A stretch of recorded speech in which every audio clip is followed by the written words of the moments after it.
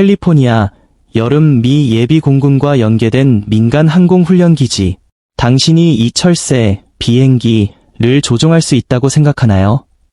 저음의 차가운 목소리가 울려 퍼졌다. 단어 하나하나가 날카롭게 갈려져 상대방의 자존심을 찌르려는 듯했다. 잭 모릿은 수석 교관이자 대륙을 횡단한 경력 30년의 베테랑 파일럿. 그는 시뮬레이터 조종석 앞에 팔짱을 낀 채 서 있었다. 그의 시선은 마치 불량품을 검수하듯 그녀를 훑었다. 그녀가 경험이 부족해서가 아니었다. 그녀가 여자였기 때문이었다. 아시아인이었기 때문이었다. 즉, 이 하늘에 속하지 않은 존재라는 이유 때문이었다. 윤서진은 똑바로 섰다. 고개를 숙이지 않았다. 아직 새것 같은 조종사 유니폼, 햇살에 반짝이는 금속 명찰, 단정히 묶은 검은 머리카락, 차가우면서도 침착한 눈빛, 그리고 그녀의 손은 꽉 쥐어져 있었고 손가락 마디는 하얗게 질려 있었다. 전 할 수 있다고 생각하지 않습니다, 교관님. 전 분명히 해낼 겁니다. 그녀의 영어는 또렷하고 단호했다. 흔들림도 물러섬도 없었다. 모리스는 비웃듯 짧게 웃었다. 그러나 그 웃음은 차가운 파도처럼 퍼져나갔다. 뒤에 서 있던 몇몇 남성 교관들도 조용히 따라 웃었다. 명확하지만 속내를 숨긴 웃음. 서진은 홀로 서 있었다. 테스토스테론과 자만심이 넘치는 세계 속 완전히 이질적인 존재처럼. 그들은 그녀를 농담거리로 여겼다. 정책상의 다양성 확보를 위해 억지로 끼워 넣은 그저 보고서에 넣을 통계 숫자 하나에 불과한 존재. 그녀는 제주도 출신이었다. 아버지는 지방공항에서 경비행기를 수리하는 정비사였다. 수년간 화학물질에 노출된 끝에 폐질환으로 세상을 떠났다. 겨울밤이면 아버지는 기침을 하며 책상 앞에 앉아 있었다. 손엔 기름때가 묻었고 그녀에게 조종석 내 압력 조절 시스템을 설명하곤 했다. 비행은 단순한 조작이 아니야. 감각이야. 비행기에도 영혼이 있단다. 서진아, 그걸 들을 수 있으면 녀석은 내가 가고자 하는 곳까지 데려다 줄 거야.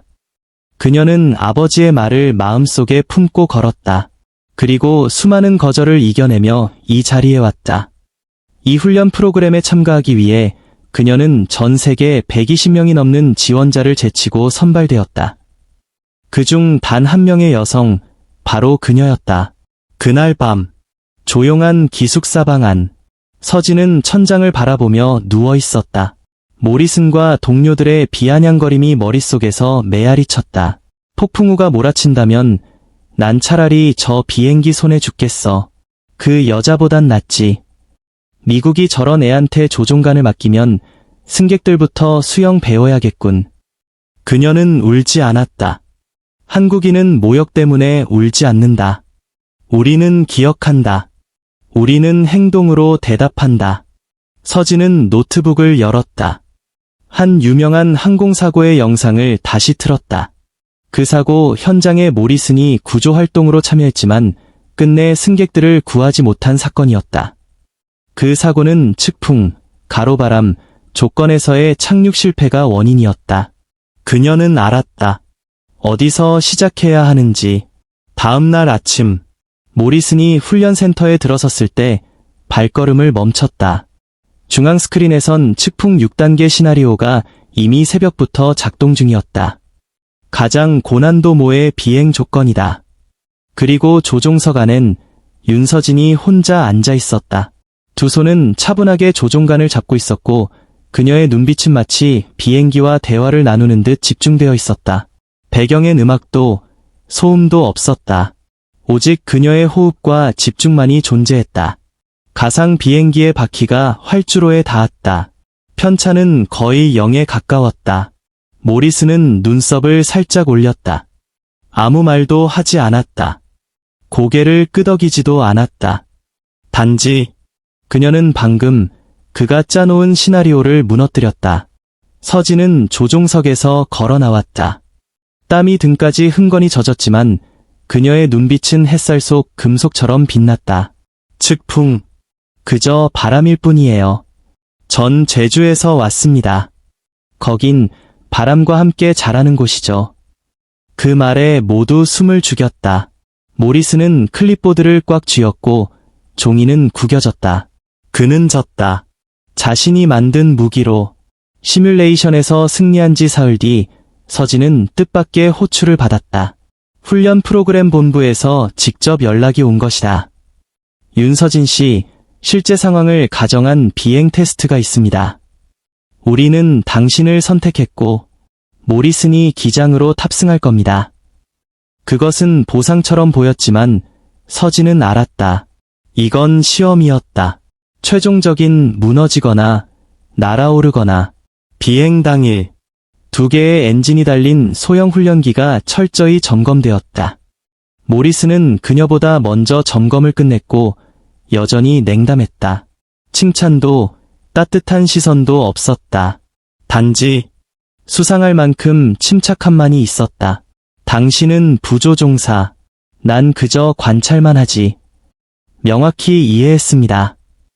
비행기는 부드러운 굉음과 함께 이륙했다. 서진은 흔들림 없이 조종했고 모리스는 몇 차례 곁눈질을 하기도 했다. 틀을 찾을 수 없어서. 그러나 12분이 지났을 때 조종석 계기판에서 경고가 울렸다. 왼쪽 엔진의 오일 압력이 비정상적이었다. 서진은 즉시 교차 점검을 진행했다. 이건 소프트웨어 문제가 아니었다. 기계적 결함. 무언가 의도된 듯 어긋나 있었다. 그녀는 속도를 줄이고 방향을 전환했다. 모리스는 침묵했다. 비상 착륙이 시작되었다. 서진은 완벽하게 조종했다. 흔들림 없이, 편차 없이. 착륙은 깃털처럼 부드러웠다. 서진은 안전벨트를 풀고 조용히 내렸다. 심장은 요동쳤다. 긴장 때문만은 아니었다. 무언가가 잘못되었다는 예감 때문이었다. 기술진이 기체를 검사했다. 왼쪽 엔진 내부의 나사 하나가 느슨하게 풀려 있었다. 이로 인해 압력이 새어나갔고 더 늦었더라면 화재로 이어질 수 있었다. 정비 기록에 따르면 마지막 점검자는 잭 모리슨이었다. 서진은 그를 바라보며 말했다. 전 당신이 그 정도로 부주의할 사람이라고 생각하지 않아요. 무슨 뜻이오? 선택에 대한 이야기예요. 윤리에 대한 이야기. 그리고 살아남지 말았어야 할 한 소녀와 헐거운 나사에 대한 이야기요. 모리스는 턱끈을 꽉 조이며 차가운 눈빛을 유지했다. 그러나 이내 그녀에게 다가와 고개를 숙였다. 나는 당신이 실수라고 믿었소. 하지만 오늘 내가 틀렸음을 깨달았소. 제가 잘 조종해서 그런 건 아니죠. 아니요. 당신은 증오 없이 믿음으로 날았소. 그리고 그 믿음은 내가 잃어버린 것이었소. 서진은 대답하지 않았다. 하지만 그녀가 그의 옆을 지나며 작게 말했다. 비행기를 떨어뜨리는 건 바람이 아니에요. 진짜 조종사가 누구인지를 드러내는 게 바람이죠.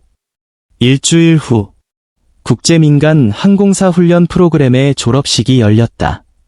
반짝이는 명찰, 정장, 그리고 의식의 음악 사이 서진은 최우수 수료생으로 무대에 올랐다. 수료장을 건넨 이는 다름 아닌 잭 모리슨. 이제는 명예기술 고문 자격이었다. 그는 마이크를 들었다. 강당은 숨을 죽였다. 전 하늘에 어울리지 않는 사람이 태어난다고 믿었습니다. 오늘 그 믿음이 얼마나 어리석었는지 사과드립니다. 단지 저와 다르다는 이유로 날개를 부정했었습니다. 정적이 흘렀고 곧 박수 갈채가 터졌다. 모리슨 때문이 아니었다. 무대에 서서 기름 묻은 두 손으로 수료장을 들고 있는 그녀 때문이었다. 아버지가 녹슨 렌치를 쥐던 그 손을 닮은 조용한 강인함의 상징. 서진은 미국 대형 항공사의 스카우트 제안을 거절했다.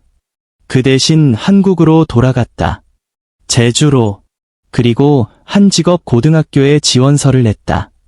저는 여학생들에게 항공 지도를 읽는 법을, 남학생들에게는 경청하는 법을 가르치고 싶습니다.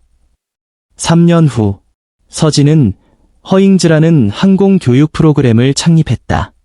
섬, 농촌, 가난한 집 아이들을 위해 모의 조종석을 섬에 옮기고 기술자를 시골 학교로 데려왔다. 자신의 이야기를 나누며 영웅이 아닌 날지 못할 거라 여겨졌던 사람으로서 다가갔다. 그녀는 모든 수업을 이렇게 시작했다. 하늘은 타고나는 공간이 아닙니다. 고개 숙이지 않을 때 누구든 배울 수 있습니다.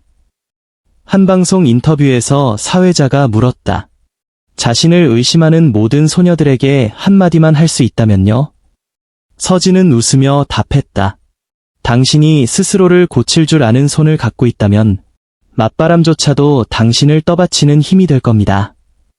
사람은 신분으로 나는 게 아니다.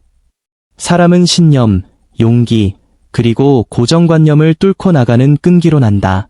그리고 한 소녀가 맞바람을 거슬러 날아오를 때 전 세계는 고개를 들어 그녀를 보게 된다.